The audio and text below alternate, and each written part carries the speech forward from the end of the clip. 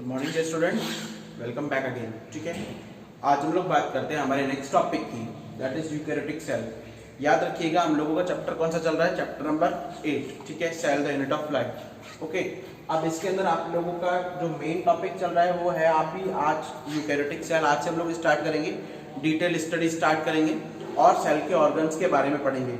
लेकिन मैं जनरली अगर आप लोगों को बात बताऊं तो यूकैरियोटिक सेल से पहले हम लोगों ने प्रोकैरियोटिक सेल के बारे में पढ़ लिया था। ठीक है ना, हमने ये पढ़ा था कि प्रोकैरियोटिक सेल्स क्या होती है बेटा, वो सेल्स जिनके पास मेम्ब्रेन बाउंड ऑर्गेनेलिज का अभाव होता है, डेफिशिएंसी होती है, वो क्या कहलाती है, प्रोकैरियोटिक ऑर्गेनिज्म। या फिर मैंने आपको बताया था कि प्रोकैरियोटिक सेल्स क्या होती हैं, ऑर्गेनिज्म क्या होते हैं, जिनके अंदर सेल में मेम्ब्रेन बाउंड न्यूक्लियस नहीं होता और जो सारे सेल ऑर्गेनेल्स हैं उनकी भी डेफिशिएंसी होती है। राइट, अब हम लोग बात करते हैं आज यूकैरियोटिक सेल्स के बारे में। नॉर्मली यूकैरियोटिक वर्ड मैंने आप लोगों को फर्स्ट टाइम जब इंट्रोडक्शन दिया था बच्चे, तो क्या बोला था कि ये दो शब्दों से मिलकर बना हुआ है, यू और कैरियोटिक। यू का मतलब होता है बेटा ट्रू और कैरियोटिक वर्ड कैरियन से मिलकर बना है, हमें पता था। ठीक है, हमने पढ़ा था कि कैरियोटिक वर्ड किससे मिलकर बना है, कैरियन से। और कैरियन क्या है बेटा, न्यूक्लियर मेम्ब्रेन, यानी वो सेल्स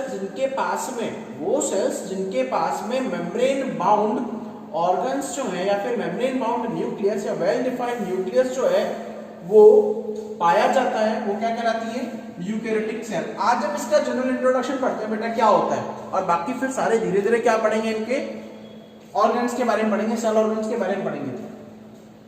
पहला पॉइंट देखिए मैंने लिखा हुआ है, अगर आप लोगों को लिखना होता है तो आप लोग बुक में नोट कर लीजिए कीजिए, नोटबुक में नोट कर लीजिए कीजिए। ठीक है, वीडियो के साथ साथ, जस्ट बिकॉज कि ये वो की पॉइंट है जो आपके नीट के अंदर कई बार आते हैं। हालांकि सीबीएसई के हिसाब से एनसीईआरटी का तो कंपाइल सिलेबस है। मैंने आपको कई बार अपनी वीडियोस में बोला है बेटा कि आप लोग एनसीईआरटी की बुक पढ़ा कीजिए, राइट, क्योंकि एनसीईआरटी से बाहर आपका नीट का सिलेबस नहीं जाता है। ठीक है ना, और इवन जो लोग सीबीएसई के थ्रू तैयारी कर रहे हैं तो उनका भी सिलेबस नहीं जाता है। क्लियर है, तो आप क्या कह रहे हैं, यूकैरियोट्स इंक्लूड। अब यूकैरियोट्स में कौन कौन से जीव आते हैं, पहला है प्रोटिस्ट, ठीक है, प्लांट, एनिमल और फंजाई। अच्छा, अगर आप लोगों को याद है तो आर.एच. व्हिटेकर ने बेटा, एक साइंटिस्ट थे, ये मत बोलना कि सर आप पुराने जमाने में जा रहे हो फिर अपने टॉपिक से भटक रहे हो, उसके लिए थोड़ा सा जरूरी है। आर.एच. व्हिटेकर ने 1965 के अंदर बेटा क्या दिया था, कंप्लीट 5 किंगडम क्लासिफिकेशन, सॉरी 1865 के अंदर दिया था कंप्लीट 5 किंगडम क्लासिफिकेशन दिया था। ठीक है ना, अब 5 किंगडम क्लासिफिकेशन के अंदर क्या दिया था, उन्होंने बताया था कि मोनेरा, भाई पहला Monera, second protista, third animal, plant, fungi. ठीक है, एनिमल, प्लांट और फंजाई, ये 5 ग्रुप में बांटा था उन्होंने। मोनेरा में उन्होंने बोला कि मोनेरल्स यानी कि जिनमें प्रोकैरियोट्स होते हैं, ठीक है ना, बैक्टीरिया वगैरह उसमें रखे गए। प्रोटिस्ट होते हैं बेटा ट्रू यूकैरियोट्स, जो प्राइमरी, प्रो मतलब सबसे पहले आए यूकैरियोट्स, वो प्रोटिस्ट कहलाते हैं। ठीक है, फिर फंजाई रखा, फंजाई को उन्होंने क्या किया, प्लांट से अलग किया था। भाई एल्गी को तो प्लांट में रखा क्योंकि वो फोटोसिंथेसिस करते हैं, और जो नॉन फोटोसिंथेटिक थे उनको क्या करा, फंजाई में रखा। क्लियर है, फिर उन्होंने प्लांट बनाया और एनिमल बनाया। अब प्लांट और एनिमल तो हालांकि मैं बताऊं आप लोगों को, मैंने बताया था कि जब कैरोस लिनिस ने क्लासिफिकेशन दिया था तो साइंटिस्ट क्या करते हैं कि उसी स्टडी को दोबारा करते हैं, ठीक है ना, ताकि और कुछ नया निकल कर आए। ओके, तो एनिमल और प्लांट जो है वो तो कैरोस लिनिस ने बेटा दे दिया था। ठीक है, अब उनमें से उन्होंने 3 ग्रुप और निकाला। क्लियर है, तो अब हम लोग, ठीक है, अभी हमारा क्लासिफिकेशन पढ़ने का मेन क्राइटेरिया नहीं है, हम लोग क्या करते हैं, अब आगे चलते हैं हमारे टॉपिक की तरफ। तो याद रखिएगा टॉपिक में क्या क्या है, क्या क्या नहीं। In eukaryotic cell there is an extensive compartmentalization, बेटा इंपॉर्टेंट वर्ड है extensive compartmentalization of cytoplasm through the membrane bound cell organs. अब कई बार क्वेश्चन क्या आता है, सर ये एक्सटेंसिव कंपार्टमेंटलाइजेशन क्या है। भाई मैं सपोज एक रूम की बात कर रहा हूँ, ठीक है, सपोज एक कोई हॉल है, यहाँ पर क्या है कि सारा सामान बिखरा हुआ है, तो प्रोकैरियोटिक सेल में कंपार्टमेंटेशन व्यवस्थीकरण नहीं होता है। लेकिन कंपार्टमेंटेशन का मतलब होता है कि जो सामान है वो अपने अपने कंपार्टमेंट्स में, ठीक है, अपनी अपनी स्पेस के ऊपर है, अपनी अपनी जगह के ऊपर है। क्लियर है, तो ये क्या कह रहा है कि नॉर्मली जो प्रोकैरियोटिक सेल है उसमें ऐसा देखने को नहीं मिलता है। Got it, normally prokaryotic cell में ऐसा देखने को नहीं मिलता है। तो उस केस की अगर हम लोग बात करें तो यूकैरियोटिक सेल जो है उसमें क्या है कि साइटोप्लाज्म के अंदर काफी चीजें ऐसी होती है जो अरेंज रहती है। अरेंजमेंट का मतलब जानते हो ना बेटा, व्यवस्थितकरण। तो ये कंपार्टमेंटाइजेशन का मतलब यही होता है कि व्यवस्थित रहती हैं। ओके, अब क्या करें कि मेम्ब्रेन बाउंड सेल ऑर्गन्स, मैंने बताया था कि इसके पास में क्या होंगे, मेम्ब्रेन बाउंड। मेम्ब्रेन बाउंड मतलब ये कोई सेल है, अब इसके अंदर कोई ऑर्गन है, वो इस मेम्ब्रेन से ढका हुआ ये ऑर्गन है और ये इसकी मेम्ब्रेन है, यानी मेम्ब्रेन से इनक्लोज्ड ऑर्गन रहते हैं। ठीक है, फिर क्या करें, eukaryotic cell possess an organized nucleus. Organized का मतलब यहां पर सुनिएगा, वर्ड का मतलब क्या है, वेल डिफाइंड, बिल्कुल स्पष्ट दिखाई देने वाला वेल डिफाइंड न्यूक्लियस होता है। ठीक है ना, स्पष्ट न्यूक्लियस दिखाई देगा ये, और that is enclosed bye, enclosed होता है बेटा surrounded by the nuclear membrane. हमें पता है कि प्रोकैरियोटिक सेल, यूकेरियोटिक सेल के पास में न्यूक्लियर मेम्ब्रेन होती है, हमें पता है, तो मेम्ब्रेन बाउंड न्यूक्लियस होगा, याद रखिएगा, मेन की पॉइंट है। ठीक है, प्रोकैरियोटिक और यूकेरियोटिक में डिफरेंस का। लेकिन फिर आगे क्या कह रहा है ऑथर, वो देखिएगा, in addition to nucleus, nucleus के अलावा, न्यूक्लियस के अलावा the eukaryotic cell have a variety of complex locomotory. Locomotory होता है बेटा वो ऑर्गन जो मूवमेंट में काम आता है, मूवमेंट में काम आता है, राइट। और साइटोस्केलेटन, ये भी बेटा मूवमेंट में काम आते हैं, जो साइटोप्लाज्म से बनते हैं, जैसे फ्लैजिला। अब दोनों के एग्जांपल बेटा फ्लैजिला और सीलियाज आते हैं, राइट, वो साइटोस्केलेटन के अंदर आते हैं, यानी जो क्या करते हैं, स्विमिंग मूवमेंट देते हैं सेल को।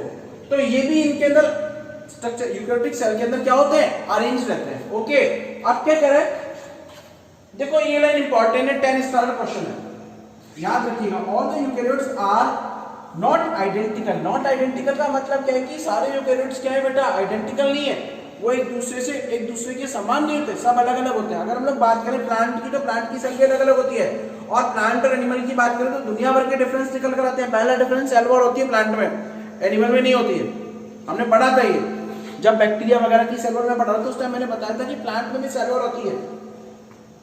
Plant cells are differ as former possess. अब देखो प्लांट सेल्स जो वो डिफर है, फॉर्मर मतलब किससे, यहाँ पर किसकी बात कर रहे हैं, एनिमल की बात कर रहे हैं। किसकी बात कर रहे हैं, एनिमल की बात कर रहे हैं। तो भूलिएगा मत, लैंग्वेज का काफी फर्क पड़ता है। ठीक है, फॉर्मर पजेस सेल वॉल, ठीक है, जिसमें क्या होता है आपका सेल वॉल होती है।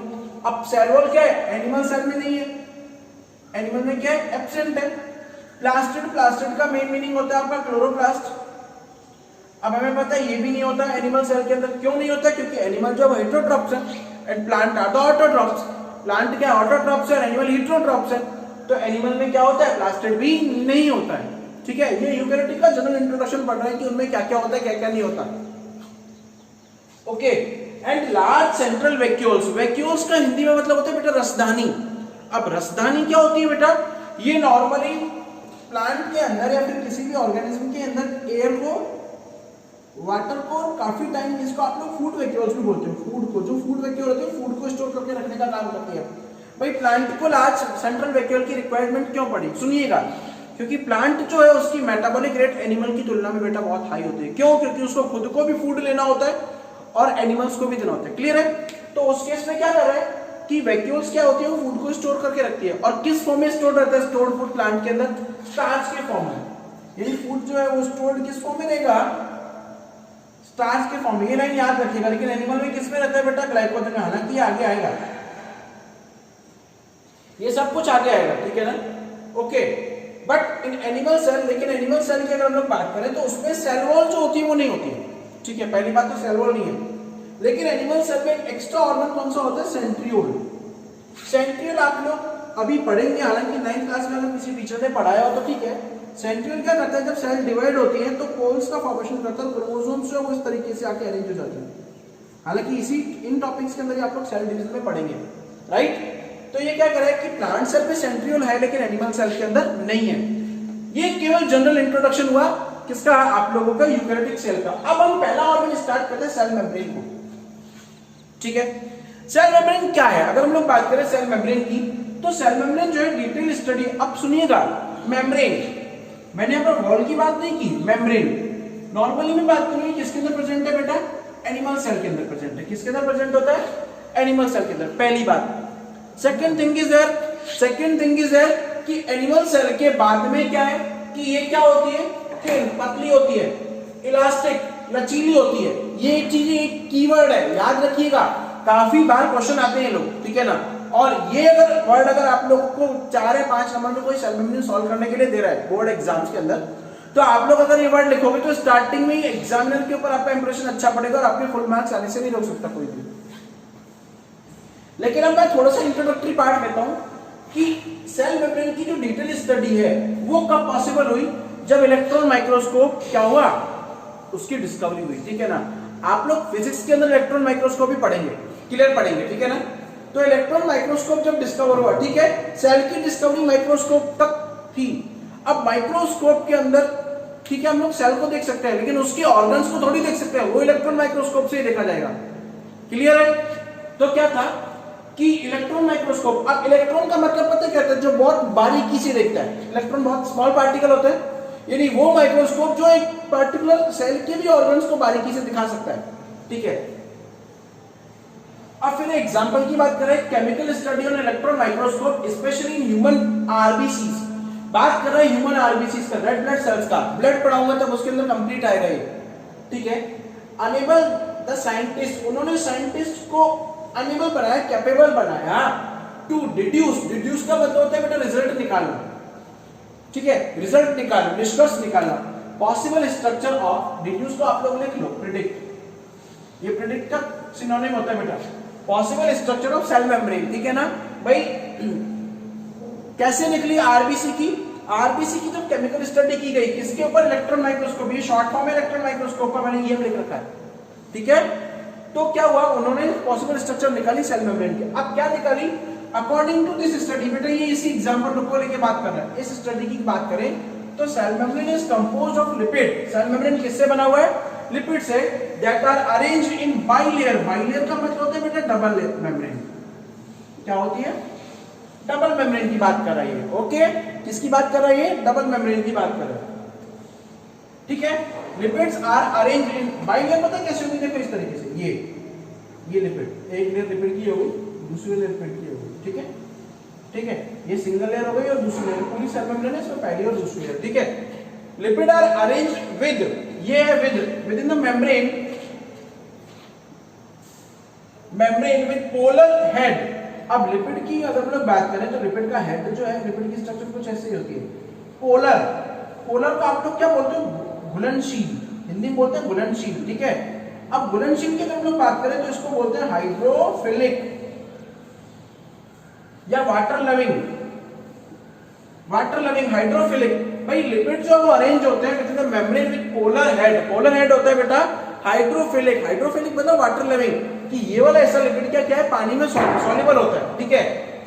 टुवर्ड आउटर साइड, बाहर की तरफ, ये कहां होगा, बाहर की तरफ, यानी कि इधर होगा इस तरीके से, ठीक है, ये मेम्ब्रेन का आउटर साइड है यहाँ। और हाइड्रोफोबिक, हाइड्रोफोबिक, फोबिक मतलब रिपेलेंट, हाइड्रोफोबिक, फोबिक का मतलब होता है रिपेलेंट, रिपेलेंट होता है मतलब उससे दूर भागने वाला, पानी से दूर भागने वाला, रिपेलेंट का मतलब क्या होता है, पानी से दूर भागने वाला।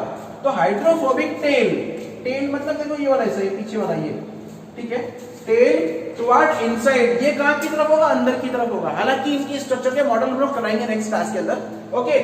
देन क्या कह रहा है, दिस एंश्योर दैट, कि इसलिए क्या है, अब ये इस चीज को बताता है, हालांकि केमिकल स्ट्रक्चर की बात कर रहा हूं, this ensure that the non polar tail, जो नॉन पोलर टेल है of the saturated hydrocarbon is protected from the aqueous environment, ठीक है। भाई नॉन पोलर टेल क्या होती है, सेल का जो एक्वस एनवायरनमेंट है उससे क्या बंद करती है, सुरक्षा करने का काम करती है, ठीक है। Lipid component of membrane is mainly composed of phosphoglyceride, कई बार क्वेश्चन आता है कैसे, कौन से कंपोनेंट होते हैं, फॉस्फोग्लिसराइड, ठीक है, ठीक है। तो आज हम लोगों ने यूकैरियोटिक सेल के बारे में पढ़ा और सेल मेम्ब्रेन की स्ट्रक्चर के बारे में पढ़ा, ओके, थैंक यू।